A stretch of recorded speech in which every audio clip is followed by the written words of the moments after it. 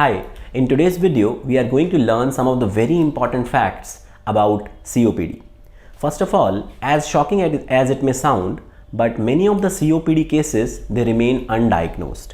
And most of the COPD cases, they are caused by smoking. COPD can impact women and men equally depending upon their exposure history. Also, there is a genetic component to COPD. It is not only the environmental exposure, but in fact it is associated with genetic component also. COPD and asthma, they are not the same.